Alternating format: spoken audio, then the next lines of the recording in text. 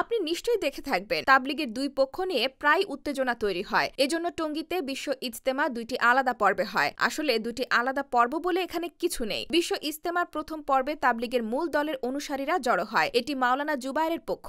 আর দ্বিতীয় পর্বে আসে তাবলিগ থেকে অনেকটা ভাগ হয়ে যাওয়া আরেকটি পক্ষ, এটি মাওলানা সাদের পক্ষ। এই দুই পক্ষের ভেতরকার সম্পর্ক খুবই খারাপ। কিন্তু তাবলিগ ভেঙে কিভাবে দুইটি পক্ষ তৈরি হলো আর কেন এই দুইটি পক্ষ দুই পর্বে বিশ্ব ইজতেমায় অংশ নেয় সেই ইতিহাস জেনে নেওয়া যাক। মাওলানা সাদের দাদা ভারতের ইসলামী পণ্ডিত ইলিয়াস কান্ধলভি 1920-এর দশকে তাবলিগ জামাত নামের এই সংস্কারবাদী আন্দোলনের সূচনা করেন। মাওলানা ইলিয়াসের ইন্তেকালের পর তার ছেলে মাওলানা মোহাম্মদ ইউসুফ এবং তারপর মাওলানা ইনামুল হাসান তাবলিগ জামাতের আমিরের দায়িত্ব পালন করেন। মাওলানা ইনামুলের ইন্তেকালের পর একক আমিরের বদলে সাংগঠনিক সিদ্ধান্ত নেওয়ার ভার দেওয়া হয় একটি সূরা কমিটির ওপর। সেই কমিটির সদস্য মাওলানা জুবায়েরের ইন্তেকালের পর মাওলানা সাদ আমিরের দায়িত্ব নেন এবং একক নেতৃত্বের নিয়ম ফিরিয়ে আনেন। এ অবস্থায় মাওলানা জুবায়েরের ছেলে মাওলানা জুহাইরুল হাসান নেতৃত্বের দাবি নিয়ে সামনে আসেন এবং তার সমর্থকরা নতুন করে সূরা কমিটি গঠনের দাবি জানান, কিন্তু সাদ তা প্রত্যাখ্যান করলে বিরোধ বড় আকার ধারণ করে। এছাড়া বিভিন্ন সময়ে মাওলানা সাদের বক্তব্য নিয়েও আলেমদের মধ্যে বিভক্তি তৈরি হয়। মাওলানা সাদের বিতর্কিত কিছু বক্তব্য হলো, ভোটের সময় চিহ্ন হিসেবে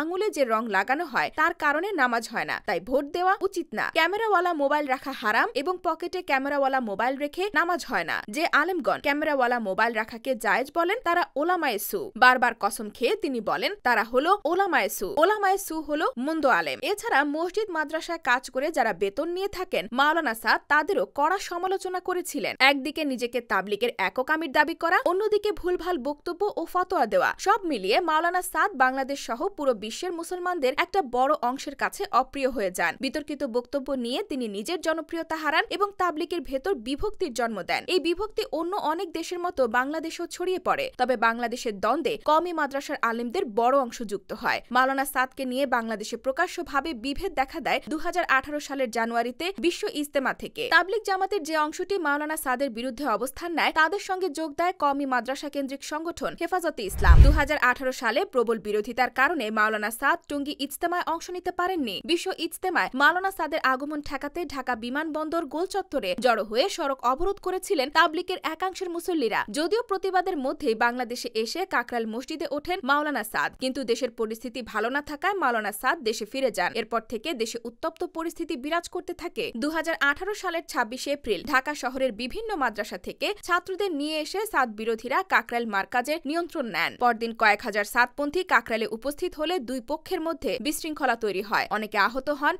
খবরে এসেছিল এক পর্যায়ে সাদের অনুসারীরা মাঠের দখল নেয়। এই ঘটনার পর থেকে উপরে উপরে তাবলিগের দুই পক্ষের মিল মহব্বতের অভিনয় চলতে থাকে। আসলে তাদের ভেতর খুব বাজে আকারে দ্বন্দ্ব বিরাজ করে, আর সে কারণে প্রতি বছর বিশৃঙ্খলা এড়াতে জায়গা স্বল্পতার অজুহাতে তাবলিগের এই দুই পক্ষ দুইটি আলাদা পর্বে বিশ্ব ইজতেমায় অংশ নেয়।